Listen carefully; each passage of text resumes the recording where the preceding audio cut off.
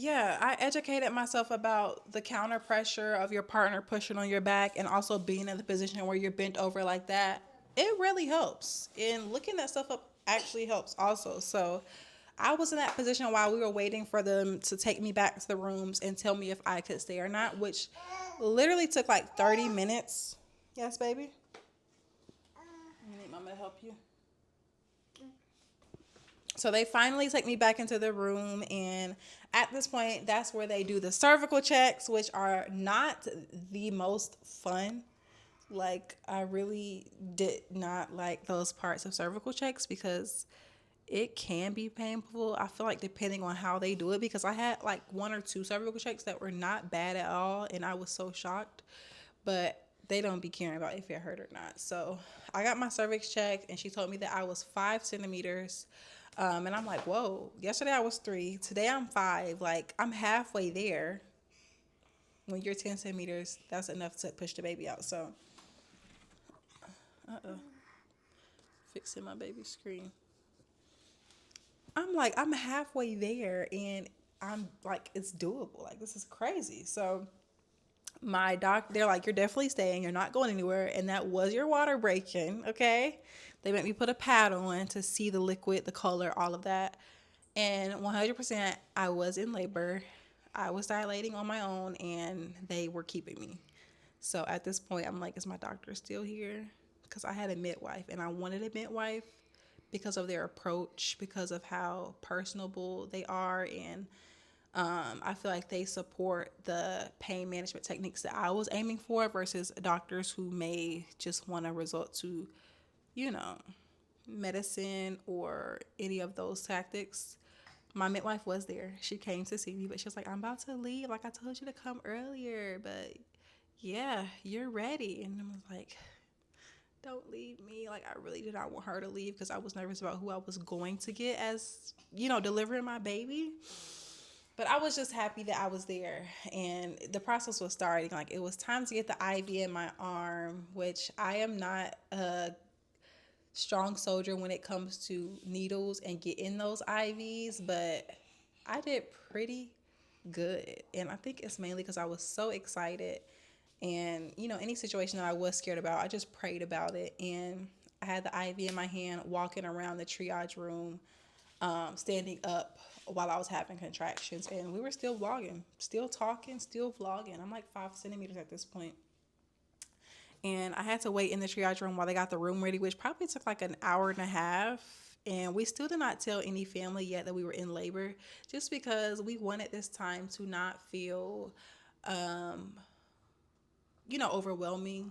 We wanted to just soak it in and want to make sure that we were getting into the room, which I knew, but you know, once we got into the room, hours passed, and we did let family know that we were at the hospital and, in fact, having a baby. So after about 2 hours being in triage, they came and checked me again, and I was at 7 centimeters. So within the next hour or 2 hours, I went from 5 to 7 centimeters, and still no epidural yet. It was still very doable. I'm like, I'm at 7? Like, are you serious? Like, they were like, your body is doing the dang thing. Like, it's progressing on its own. This is no Pitocin. This is no, like, balloon falling, none of that. So I was very, very proud of my body, and I was proud of myself. And they said, you must just have a really high pain tolerance, which I did not know myself. But in labor, okay, I can give myself a pat on the back. So 7 centimeters, I finally get my room, and they're asking me about how I want to be tracking my contractions. They had the option of being like a mobile tracker where you can walk around the hospital and not have to just sit in your bed attached to the machine. That's what I was going for, okay? I wanted that. I wasn't able to get that. So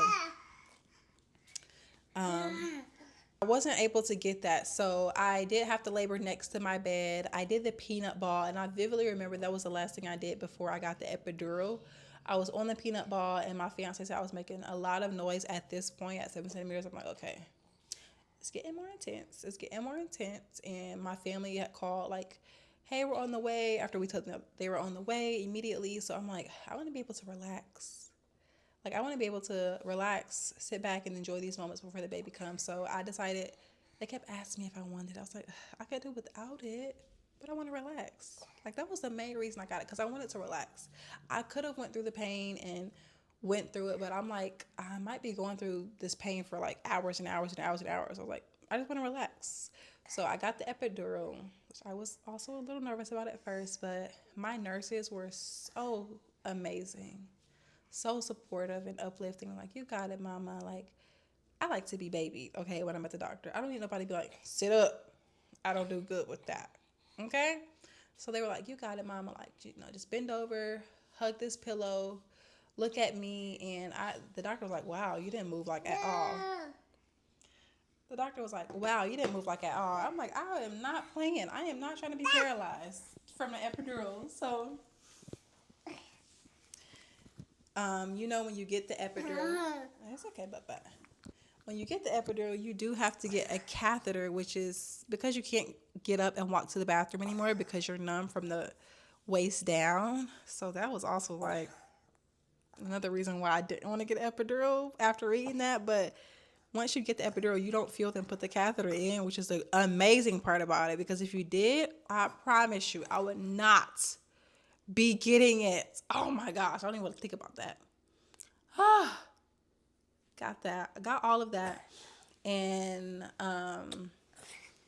of course, when you get the epidural, it slows down your contractions, which another reason. Sarai, please, bye-bye.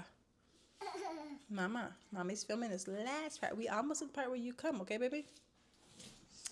So when you get the epidural, it slows down your contractions. So at this point, we are waiting for me to get to 10 centimeters. And it did not take that much time. Uh-oh, baby. It did not take that much time because after I got to 10 centimeters, the main thing they wanted was for the baby to be +2, which is like all the way pushed down on the cervix. So, all right, baby. So when we got to the part of pushing, that was most definitely the hardest part for me because I didn't know how to push. You don't know where to push. And the progress of pushing took almost like 2 hours. I started pushing at 6. I had my baby at 8 a.m. And that was my baby. The first hour from 6 to 7, I was pushing with this one doctor. And she's like looking at her arm and like, we're talking about children's books while pushing. Which I loved it because it took the seriousness off of the situation. But she looking at her arm like, yeah, I'm about to get ready to go. I'm looking like, you about to go? Like, is the baby about to come or something? Like, where are you going?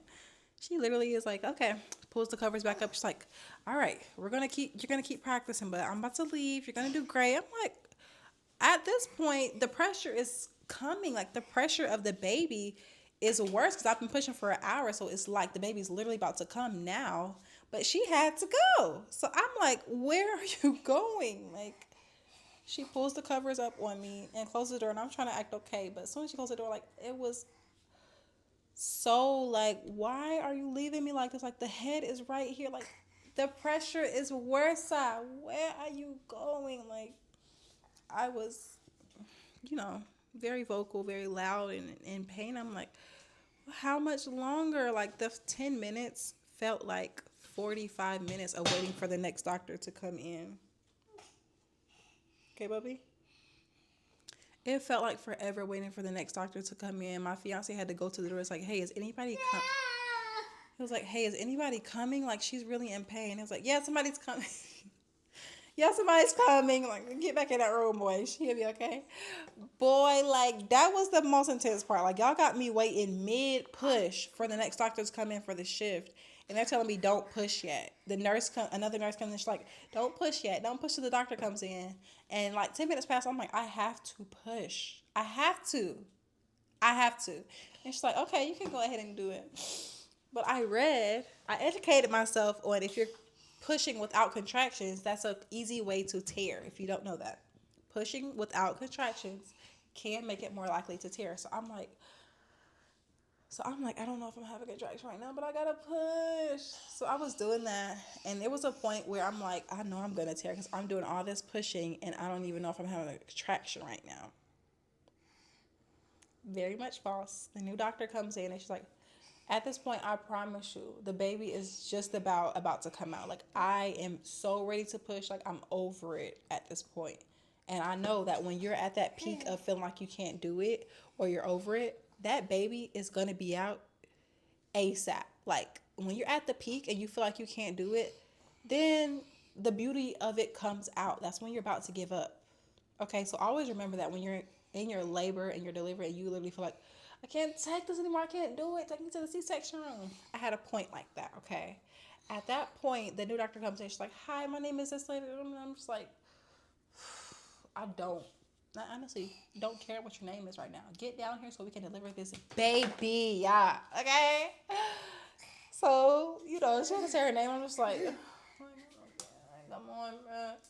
So we start pushing, and soon after she comes in, they are coaching me. They're all in between my legs, like, come here, butt. Come here, butt. Here comes butt. Here comes my butt coming out her mama's yeah. It's my butt. It's my butt.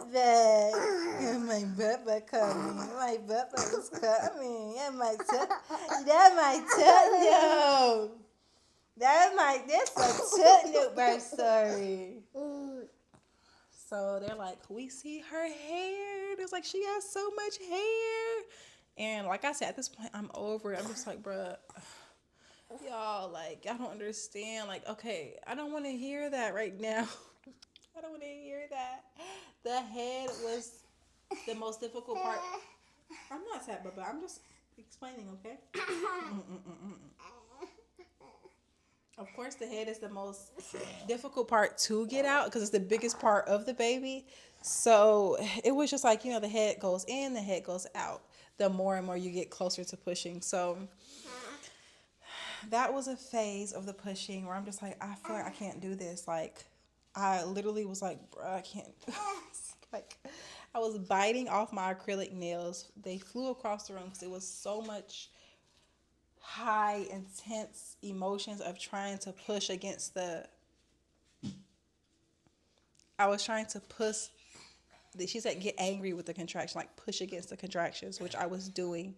So it made me like just take everything out of me, which included biting off my nails. And after that, the baby came out and all that pain was done. It was gone. My baby girl was born.